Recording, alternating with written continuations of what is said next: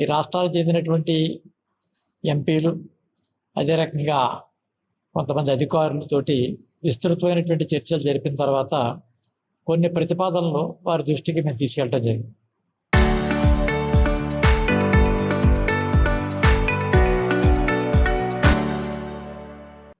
ముఖ్యంగా రైతులు పండించేటటువంటి పంటకి ఉపకరించేటటువంటి ఆక్వా ఫీడ్ ఏదైతే ఉన్నదో ఆ ఫీడ్ యొక్క రేట్లు బాగా పెంచడం, మరోపక్క ఆక్వా ఉత్పత్తుల యొక్క ధరలు గణనీయంగా తగ్గడంతో ఈ సమతౌల్యంగా నష్టపోయేటటువంటి రైతాంగాన్ని ఆదుకునే నిమిత్తం కేంద్ర ప్రభుత్వం చొరవ తీసుకోవాలని రాష్ట్ర ప్రభుత్వం ద్వారా వారు నివేదించడం, రాష్ట్ర ప్రభుత్వం నుంచి కూడా 2 మంత్రులు ప్రత్యేకంగా ఢిల్లీకి వచ్చి కేంద్ర ప్రభుత్వానికి తమ యొక్క నివేదిక తెలియజేసేటటువంటి సందర్భం కూడా జరిగిన విషయం కూడా ప్రజలందరికీ కూడా ఈ పత్రికా విలేకరుల సమావేశం ద్వారా తెలియపరుస్తున్నాం.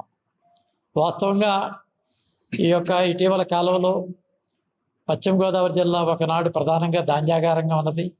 ఈనాడు ప్రధానంగా ఆక్వా రంగానికి సంబంధించినటువంటి అత్యధికమైనటువంటి ఉత్పత్తులను ఎగుమతి చేసేటటువంటి పరిస్థితి ఉంది.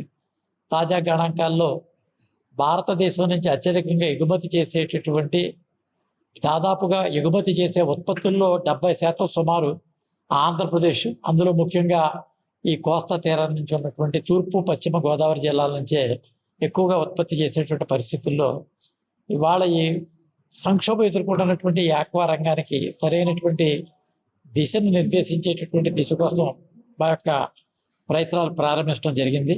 అందులో భారతీయ జనతా పార్టీ పక్షాన నేను కూడా పాల్గొనడం, ఈ పాల్గొన్నటువంటి సందర్భంలో వ్యవసాయ రైతులకు ఇచ్చేటటువంటి మరి ఏ రకమైనటువంటి ప్రోత్సాహకాలు ఉన్నాయో ఆ రకమైనటువంటి ప్రోత్సాహకాలు రొయ్యల రైతులకు కూడా అందజేయాలనేటటువంటి ఒక డిమాండ్ని కూడా వారి ముందు పెట్టడం జరిగింది. యూరియా బస్తాకి దాదాపుగా 2,000 రూపాయలు సుమారు కేంద్ర ప్రభుత్వం పెట్టడం, సంవత్సరానికి దాదాపుగా 3 రెళ్ళు 6,000 రూపాయలు కేంద్ర ప్రభుత్వం కిసాన్ సన్మాన్ నిధికి ఇవ్వడం, అదే రకంగా భూసార పరీక్షలు నిర్వహించడం, 3 కాంప్లెక్స్లు ట్రిపుల్ కాంప్లెక్స్ ఉండేటటువంటి ఎన్పీకే నత్రజని, పొటాషియం అండ్ సోడియం ద్వారా వాటికి కూడా దాదాపుగా 800 రూపాయలు కేంద్ర ప్రభుత్వం సబ్సిడీగా భరించడం, మద్దతు ధర పెంచేటటువంటి విషయం కానీ ఇవన్నిటిలోనూ కూడా కేంద్ర ప్రభుత్వం ధాన్యం యొక్క పండించే రైతుకి తీసుకునేటటువంటి చొరవని ఈరోజు ఆక్వా రంగానికి కూడా వర్తింపజేయాలన్నది ఒక అంశాన్ని వారి దృష్టికి తీసుకెళ్ళడం జరిగింది. కారణం ఏంటంటే ఈరోజు ప్రపంచ ఉత్పత్తులు పెంచేటటువంటి ప్రయత్నంలో ఈ యొక్క ఫారిన్ ఎక్స్చేంజ్ ఏదైతే విదేశీ మారక ద్రవ్యం ఉన్నదో దానికి అత్యధికంగా డిపాజిట్ వచ్చేటటువంటి పరిస్థితి ఈ రంగం నుంచి భారత ప్రభుత్వానికి వచ్చే పరిస్థితి ఉంది. కాబట్టి made in India, make in India అనేటటువంటి కాన్సెప్ట్ నరేంద్ర మోడీ గారి యొక్క ఆలోచన విధానం, అదే రకంగా ఆర్థిక అభివృద్ధి కూడా దీని నుంచే జరుగుతుంది. కాబట్టి ఈ యొక్క రంగాన్ని ఆదుకోవాలనేటువంటి ప్రయత్నంతో మేము ప్రధానంగా పెట్టడం జరిగింది.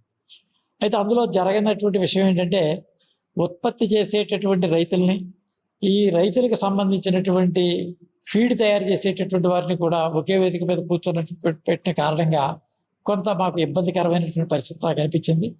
నేనైతే విడివిడిగా దాని సంప్రదింపులు జరపాలని చెప్పడం జరిగింది. కారణం ఏంటంటే వారు ఈరోజు రొయ్యల మేతలు తయారు చేసేటటువంటి ఈ పారిశ్రామికవేత్తలు సోయాబీను, అదే రకంగా కొన్ని కాంపోనెంట్స్ ఇతర దేశాల్లో బాగా రేట్లు పెరిగిన కారణంగా విధిలేని పరిస్థితుల్లో మేము పెంచుతున్నామని చెప్పి వాళ్ళు చెప్పడం, ఆ పెంచినటువంటి విషయం మీద ప్రభుత్వం నిర్ణయం తీసుకునేటటువంటి విషయంలో రైతులు కూర్చోబెట్టి మాట్లాడే పరిస్థితి ఉంది.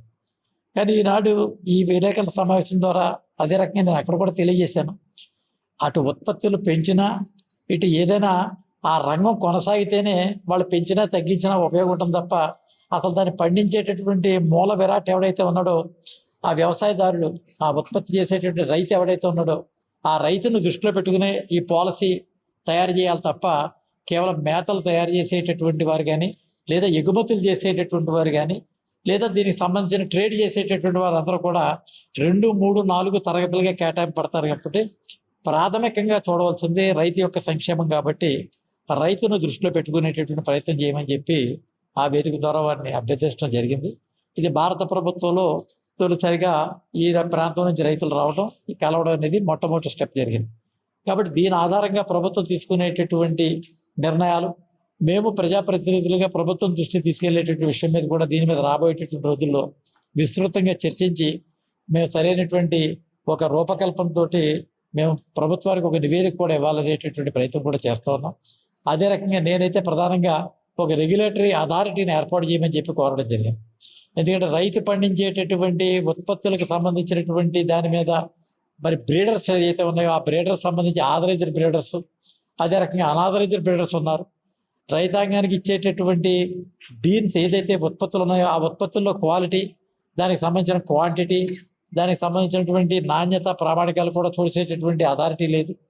3 ప్రకృతి మరి విరుద్ధమైనటువంటి పరిస్థితుల్లో ఇక్కడ ఈశాన్య నైరుతి ఋతుపవనాలు కూడా భారతదేశం మీద కలవటం, ప్రకృతికి మరి భిన్నమైనటువంటి కోణంలో రైతు సాహసించి పని చేయటం, ఇవన్నీ కూడా రైతు ఎదుర్కొనేటటువంటి కింద స్థాయిలో ఉన్నటువంటి ఇబ్బందులు.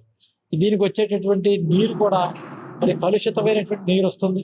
కలుషితమైనటువంటి నీరు ఆధారంగా జరిగేటటువంటి ఉత్పత్తుల్లో జరిగే నష్టం, ఈ ఉత్పత్తులు దీనికి సంబంధించి irrigation, drainage, Indian metrological department, అదే రకంగా క్వాలిటీ కంట్రోలు, అయిపోయి యొక్క రెగ్యులేటరీ, అన్నిటి మీద కూడా రెగ్యులేటరీ ఉండాలనేది నా యొక్క ఆకాంక్ష.